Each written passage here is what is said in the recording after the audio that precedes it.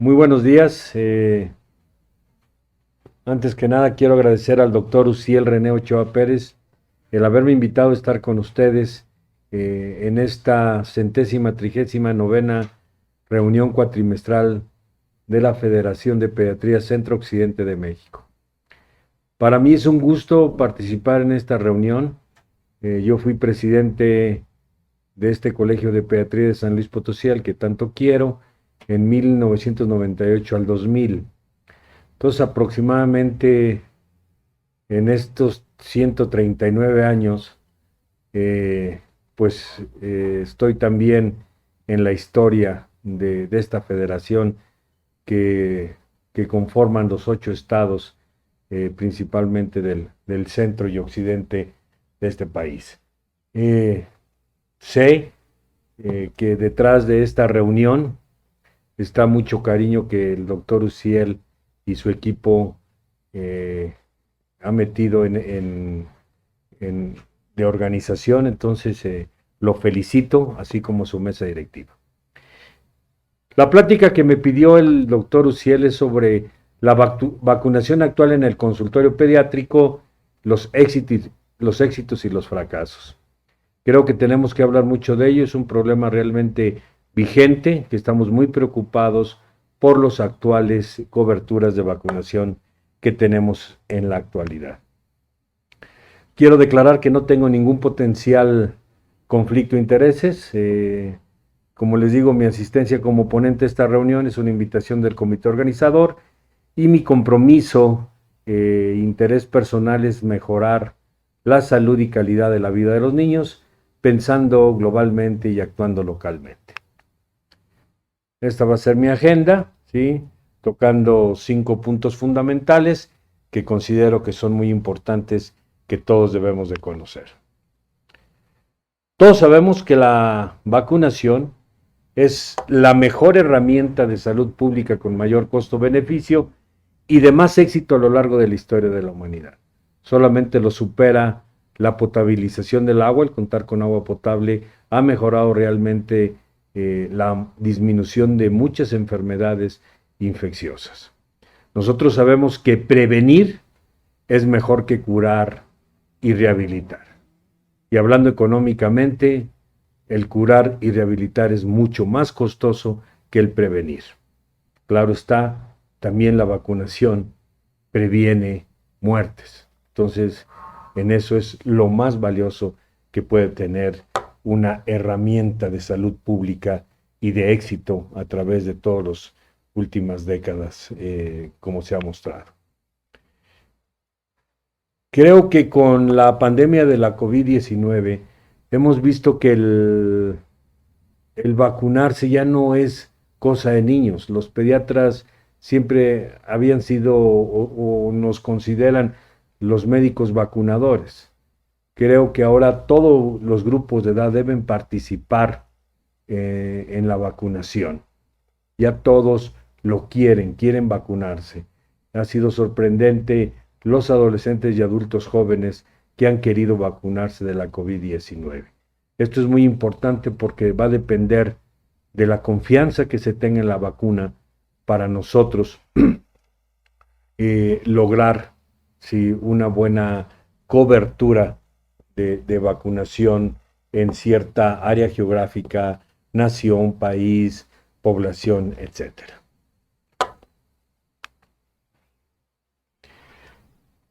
El éxito de la vacunación en México ha sido muy importante. Ha tenido muchísimos logros y eso muchas de las veces se nos olvida y por eso lo traigo a colación. Hemos logrado erradicar la poliomielitis desde 1990. Hemos eliminado muchísimas enfermedades y por disminución en las coberturas de vacunación en caso del sarampión, pues se nos han presentado en el 2020, se nos presentó un brote en una cárcel de México. Pero tenemos eliminadas prácticamente rubiola, el síndrome de rubiola congénita, tétanos neonatal. Tenemos bajo control muchísimas enfermedades y estamos ofreciendo protección contra influenza, virus del papiloma humano y hepatitis B. Si nosotros realmente aplicáramos estas 3 últimas vacunas, el impacto sería mucho mayor. Pero desgraciadamente la Liga Antivacunas, como les mencionaré un poquitito más adelante, ha tenido un gran impacto en la baja de coberturas de vacunación, no solamente en México, sino a nivel mundial. Nuestros esquemas de vacunación creo que son los mejores de América Latina y son muy comparables a países de primer mundo. Nosotros tenemos 5 cartillas de vacunación, la de pediátrica, la de la adolescente, lo de las mujeres, hombres y adulto mayor. Ahí se cuentan con 13 vacunas fundamentalmente que se aplican a estos grupos de edad. Contamos en la actualidad con 3 vacunas, que en las cuales la de varicela y hepatitis se ponen bajo ciertas indicaciones, no está dentro de los esquemas de vacunación universales de México, pero se aplican, entonces las debemos contemplar. Y la de la COVID-19, que no es fin de esta plática, pero que realmente ha tenido un impacto en todo México. Quisiera que analizáramos un poquitito y rápidamente las principales 10 causas de defunción en México en el 2019. ¿Sí? Vean ustedes, la primera y segunda son totalmente ya enfermedades que no pertenecen dentro del grupo de enfermedades infecciosas. En tercer lugar, en menores de 1 año, influenza, ¿sí? Y neumonía, ¿sí? Son la tercera causa, igual de 1 a 4 años, influenza y neumonía en la quinta causa de 5 a 9, la novena causa de 10 a 14 y de 15 a 24 la décima. Entonces, son las principales causas infecciosas que causan muerte. Y tenemos la vacuna. El vacunarse impacta sobre la morbilidad, la mortalidad, las complicaciones por influenza. Creo que para mí debería de ser una recomendación aplicar la vacuna de influenza a todos los grupos de edad. Contamos con la vacuna de neumococo. Sí, sabemos que el neumococo es el principal agente productor de neumonías. Entonces, tenemos la vacuna, hay que aplicarla. ¿Sí? Las enfermedades intestinales, las enfermedades diarreicas, pues antes eran la segunda causa también de mortalidad. ¿Sí? Entonces, ahorita nada más influyen en los menores de 4 años. Vean, están menores de 1 año como sexta causa y de 1 a 4 en 5 años. ¿Sí? Tenemos otras causas, septicemia como la décima causa de 1 a 4 años, pero ya son pocas las infecciones que favorecen, ¿sí?, a mortalidad en los grupos que abarcan la edad pediátrica. Ahora, cuando pasamos al 2020, cuando inicia la pandemia de la COVID-19, la COVID se introduce como nueva causa infecciosa de muerte.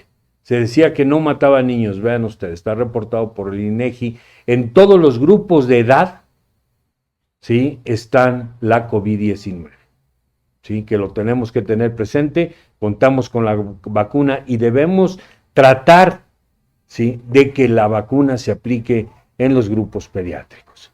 Cuando pasamos al 2021, ¿sí?, la COVID sigue siendo una causa importante, ¿sí? Estos son datos hasta octubre del año pasado, todavía no son estos son datos preliminares, posiblemente en estos próximos 2 meses vamos a tener las causas de muerte, pero no creo que varíen mucho, y la COVID la tenemos presente en la etapa pediátrica. Cuando analizamos las principales causas de morbilidad en México, las infecciones respiratorias siguen siendo la causa principal, después las infecciones intestinales como segunda causa de morbilidad, y la tercera causa, las infecciones de vías urinarias, ¿sí? Las 3 son infecciones como causas de morbilidad, son las principales causas que originan enfermedad en todos los grupos de edad, en la edad pediátrica. 3 infecciones, ¿sí? Entonces ahí debieran de ir enfocadas todas las estrategias para disminuir la morbilidad. Contamos con la prevención fundamentalmente a través de vacunas. En las infecciones intestinales, pues contamos la vacuna de rotavirus, que realmente se ha impactado tanto en la morbilidad en los meses fríos y en la mortalidad en algunas regiones de México o en algunas partes de otros países que sí han disminuido un efecto sobre la mortalidad. Ahora bien, cuando vemos el 2020, se incorpora también la COVID-19 como la cuarta y quinta causa en algunos grupos de edad de morbilidad en los grupos pediátricos. Se introdujo entonces la COVID tanto en la mortalidad y ahora en la mortalidad, ¿sí? Y las causas infecciosas siguen siendo las 3 primeras: respiratorias, diarreicas y la infección de vías urinarias como causas principales de enfermedad en los grupos pediátricos. En el 2021, aunque también son datos preliminares, sucede lo mismo. La COVID-19 sigue siendo causa de morbilidad y las 3 principales. Creo que debemos de trabajar un poquitito más en estrategias que pudieran ayudar a disminuir estas infecciones. Indiscutiblemente, las vacunas han impactado sobre la mortalidad.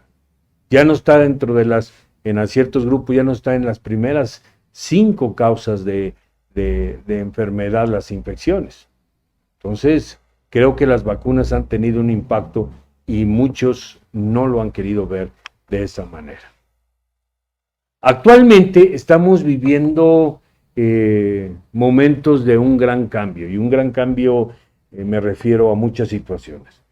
Tenemos un acceso a una información en tiempo real.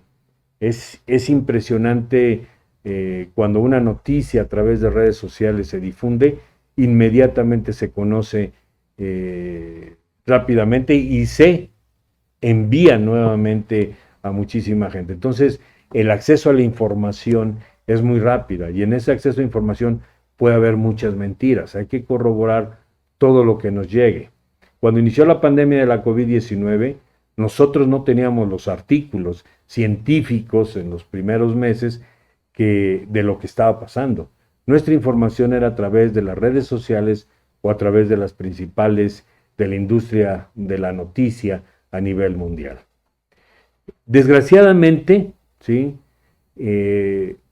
Las poblaciones tienen mucha desconfianza de la ciencia, y creo que eso ha sido un poquitito parte de culpa de nosotros, porque también hay veces que nosotros no informamos de manera adecuada. Nosotros, me refiero a personal de salud. Los medios noticiosos buscan más la controversia, porque son lo que dejan dinero. Entonces, como dicen, la prensa informa desinformando.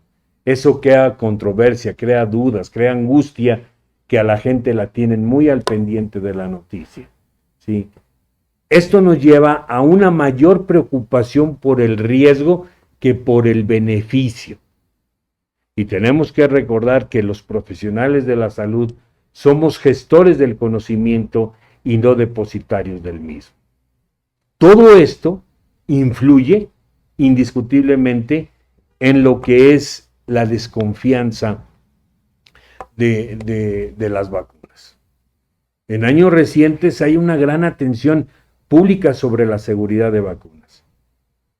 Y necesitamos una confianza en nuestros programas de vacunación para que tengamos una nación saludable.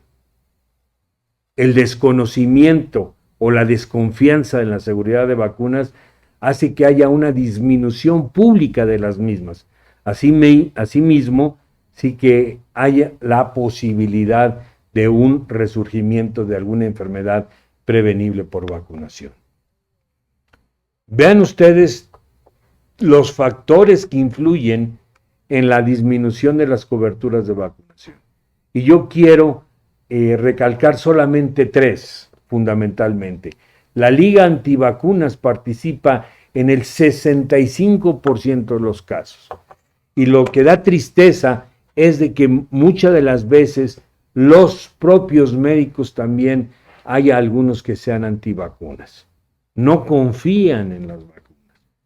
Y creo que todos sabemos y se ha demostrado tanto en países en vías de desarrollo como países industrializados el gran beneficio, ¿sí?, de la efectividad y eficacia de las vacunas. Entonces, tenemos que luchar contra eso, ¿sí? La Liga Antivacunas ha participado muchísimo en la COVID-19, que nos estaban aplicando chips, que nos iban a convertir en zombies, y vean, creo que no ha pasado absolutamente nada. Por otra parte, ya desde el 2016, la Organización Mundial de la Salud dijo que iba a haber una escasez mundial de medicamentos y de vacunas. Y eso lo estamos viendo, etcétera. Hay una mayor solicitud a nivel de muchos países que quieren vacunas, que quieren nuevos medicamentos. Hay un acceso mayor y la respuesta por parte de la industria no ha sido tan efectiva. Tardan años en crecer también. Entonces, eso nos ha disminuido mucho las coberturas de vacunación. Y ahora, actualmente los padres jóvenes, como no han visto las enfermedades, vamos a decir, viejas, no, dice, ¿para qué pongo la vacuna de polio si ya no hay niños que tengan problemas para deambular y todo eso? Pues no confían en las vacunas porque no han visto las enfermedades. Si vieran las enfermedades a un niño ahogándose de difteria, inmediatamente van a ir a aplicar la vacuna de difteria, ¿sí? Y lo triste es lo que estamos viviendo en la actualidad en México, como les mencionaré más adelante. Vamos a ver las coberturas y les quise traer los 10 últimos años de lo que ha pasado en las coberturas de vacunación en México. Encuesta de Salud y Nutrición 2012. Vean, menores de un año, 50% de los niños tienen un esquema completo. De 12 a 35, el 51%. Ya de los 6 años, una dosis, 93%. O sea, nuestro 50% de los niños en el 2012 no tenían un esquema completo, ¿sí? Cada año nacen aproximadamente 2.5 millones de niños, entonces la mitad al llegar al año de edad no tenían, y esto cada año se nos va acumulando. Encuesta de Salud 2016, ¿sí? Casi está igual, 51% en menores de un año, aumenta un poquitito el 13% de 12 a 35, se mantiene aproximadamente igual una dosis de sarampión, rubéola y paperas, pero 2 dosis 50%. Lo que da tristeza es lo que está pasando en la encuesta de salud 2020 que se hizo a través del seguimiento 18-19. Vean, 19%, casi el 20% tiene un esquema completo. 30% disminuyó. Y aquí todavía no comenzaba la COVID-19. ¿Sí? 35% en menores de 24 meses. Y baja la cobertura también en 6 años. ¿Qué es lo que realmente está pasando? ¿Sí? Cuando vemos y comparamos esas encuestas de salud con lo reportado por la Organización Panamericana de la Salud, ¿sí? Y eso, pues la Secretaría de Salud es la que le da la información a la Organización Panamericana de la Salud. En el 2012 vemos que se reporta casi el 100% de la aplicación de todas las vacunas. Y la encuesta de salud de 2012 no lo dice así. Cuando vemos el 2016, ya empiezan a haber variaciones, ¿sí?, en los diferentes, tipos de vacunas.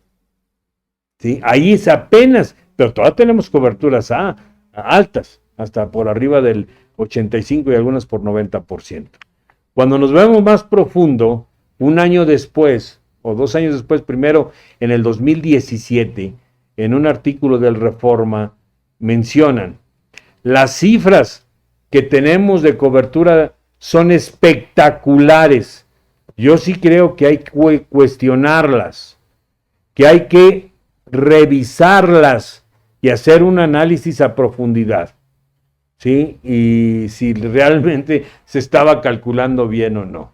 Y esto fue dicho por un subsecretario de Prevención y Promoción de la Salud. En el 2017, el 9 de abril. 16 días después, yo trato de consultar nuevamente la nota y la nota desapareció. Pero el 25 de abril, ¿sí? El Instituto Nacional de Salud Pública y la UNICEF publicaron, o sea, salieron los medios de comunicación, que solo el 40% de los niños contaba con un esquema de vacunación completo y el 5% no se les había aplicado una sola vacuna. Entonces corresponde a lo que veníamos viendo y lo que había detectado las encuestas nacionales de salud. ¿Sí? Ya en el 2018 hablaban de alerta de sarampión, de la presencia de sarampión por una vacunación incompleta. ¿Qué pasa en el 2019? Vimos del 10 al 16 en las encuestas nacionales, vimos la 18-19, pero el informe del PAI por parte de la Organización Mundial de la Salud aquí en México.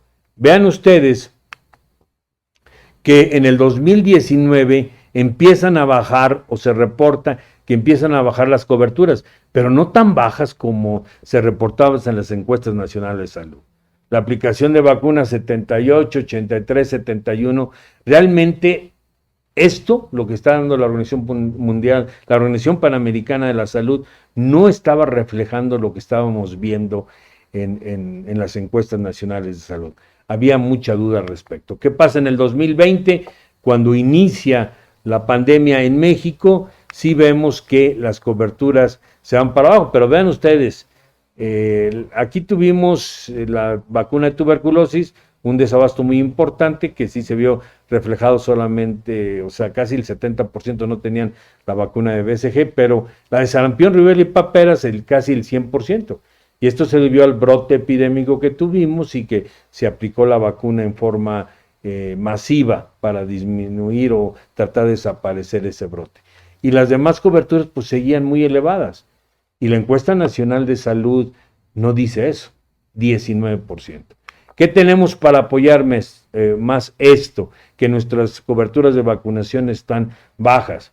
El Observatorio Mexicano de Vacunación, que es una institución que participa tanto el gobierno, ¿sí? Y a través de Cencia, ¿sí? Y muchas agrupaciones no gubernamentales, entre ellas la Fundación Carlos Slim, vemos que para mayo del 2021 nuestros esquemas de vacunación las coberturas de vacunación son bajas. Y estos esquemas son los reportados por la cartilla electrónica de vacunación. Cuando vemos en este año, ya al 31 de enero del 2022, los esquemas siguen bajos. Vean ustedes, ¿sí? 6 de acuerdo al grupo de edad, 10 y 44. ¿Sí? Cuando analizamos en forma general, pues realmente en menores de 4 años el 44 tienen un esquema habitual. Lo que da mucha tristeza es que lo que comenzó como un grande proyecto, ¿sí? En el 2019, ¿cuántos estados estaban participando en las aportaciones que iban a dar a la cartilla electrónica de vacunación? Sí, esto fue en el 19, en el 20, sí, ya disminuyeron los estados y actualmente pues solamente participan 7 estados en la cartilla. Entonces, eso también hace que exista un subregistro de lo que pudiera estar pasando. Pero las encuestas nacionales de salud, sí, ya nos estaban diciendo algo. La COVID-19 pues, fue declarada el 30 de enero como un problema de emergencia de salud pública. Y la OMS la declaró como pandemia el 11 de marzo del 2020. En México el primer caso fue el 27 de febrero del 2020 y el 11 de marzo el Consejo de Salubridad General declara la emergencia sanitaria nacional a la epidemia por SARS-CoV-2. Desde su inicio de la pandemia, si eso lo vimos, la pandemia interfirió e incluso interrumpió el programa del niño sano, y entre ellos la vacunación, desarrollo y crecimiento, etc. Retrasó los objetivos del programa que no eran urgentes.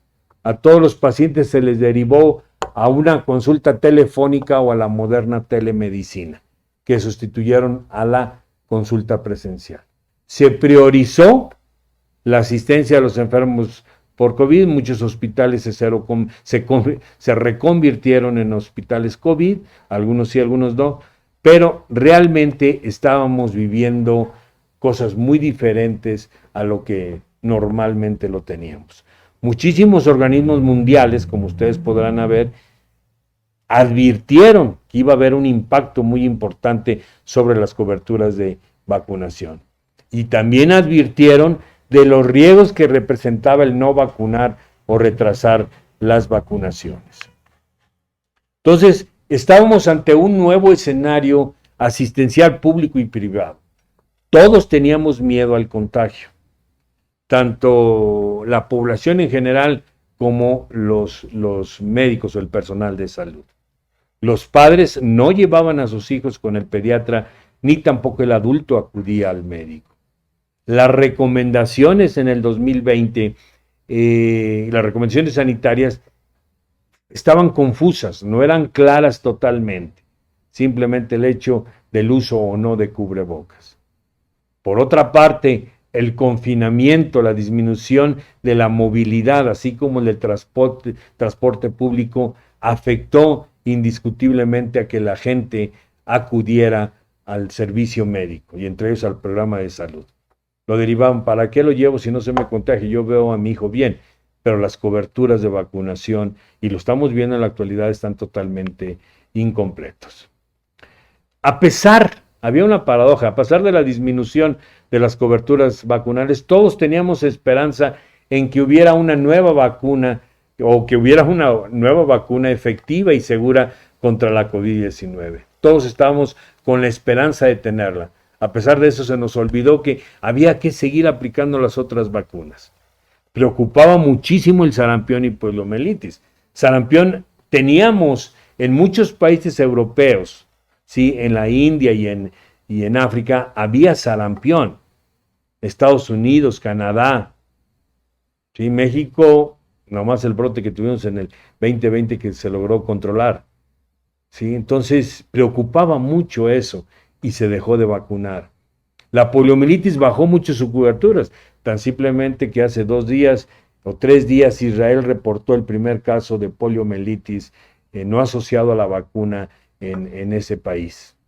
Y hay poliomielitis en aquellos lugares, empezaron a aumentar en aquellos lugares donde hay conflictos de guerras, en donde también bajan muchísimo las vacunaciones. Afortunadamente, los padres jóvenes de hoy lograron comprender lo que es, a través de la vacuna de la SARS-CoV-2, y la importancia del coronavirus SARS-CoV-2, la importancia de las vacunas. Entonces, ¿cómo estamos actualmente? A pesar de que ya en 10 años traíamos coberturas bajas y se vio agravada en el 18-19, en el 20 que entra el SARS, pues más disminuyeron esas coberturas de vacunación, ¿sí? Entonces, si lo pudimos ver en el Observatorio Mexicano de Vacunación, que para el 2022 las coberturas están muy bajas, y eso solamente en los 6 estados o 7 estados que reportan a la cartilla electrónica de vacunación. ¿Cómo está a nivel del país? No lo sabemos, pero si tomamos en cuenta la encuesta nacional de salud y nutrición 18-19 para optar el 20, las coberturas son demasiado bajas. 19 en menores de 1 año, 30% en menores de 2 años. Entonces, hay muchísimos esquemas de vacunación incompleta. Los personal de salud debe insistir en el calendario de vacunación. Si hay el retraso de alguna vacuna, se deberá implementar en forma rápida y contemplando el intervalo mínimo entre dosis, y se debe reanudar la vacunación en una forma planificada y organizada. ¿Cuáles son las prioridades que debemos de tener el personal de salud y nosotros los pediatras, ¿sí? Vacunación del lactante hasta los 15 meses de edad. A nuestras mamás embarazadas hay que vacunarlas con las vacunas que ustedes conocen. La vacunación de niños y adultos vulnerables deben impactar con la vacunación, y además la vacunación en situaciones de profilaxis posexposición. Creo que estas son las prioridades que tenemos que tener en cuenta. Si no vacunamos, estamos en riesgo de brotes. Vean ahorita todos los brotes de todas las enfermedades infecciosas que existen en el mundo, ¿sí? Entonces tenemos muchos brotes de enfermedades prevenibles por vacunación. Si no, México se va a convertir en un país con muchísimo riesgo de aparición de enfermedades que ya no las veíamos. Entonces, debemos decir que las vacunas son seguras y efectivas, aunque sabemos que no existe nada sin riesgo y totalmente efectivo. Algunas personas vacunadas pueden presentar efectos adversos y pueden no estar suficientemente protegidas. Estamos ante una nueva realidad epidemiológica en transición, como vieron ustedes en las diapositivas de las defunciones. Estamos ante nuevas enfermedades no transmisibles, no comunicables, que tenemos que poner atención. Pero no debemos olvidar las 3 principales y ahorita ya 4 principales causas de infección, que son las respiratorias, diarreicas, las de vías urinarias y ahora de la COVID, que está afectando a los grupos de edad. Tenemos una nueva realidad social y en eso los trabajadores de salud debemos de impactar. Debemos nuevamente mejorar la adhesión a nuestros programas de vacunación y necesitamos un nuevo enfoque de las vacunas. La oferta de las vacunas que ahorita están a nivel mundial ha crecido muchísimo, ¿sí? Y su registro también. Entonces debemos de contar con vacunas que sean también baratas y accesibles. Y por otra parte, la industria farmacéutica debe mejorar la inmunidad para ciertas enfermedades. Quiero terminar haciendo una reflexión final, que las enfermedades pueden reemerger cuando nos olvidamos de ellas y cuando también nos olvidamos de los recursos que tenemos para detenerlas, entre ellas las vacunas. Como si pudiera existir alguna duda, yo sé que esta plática está siendo grabada y pasada, pongo a mi disposición con muchísimo gusto mi correo electrónico para que pudieran enviármelo y con muchísimo gusto se las contestaré.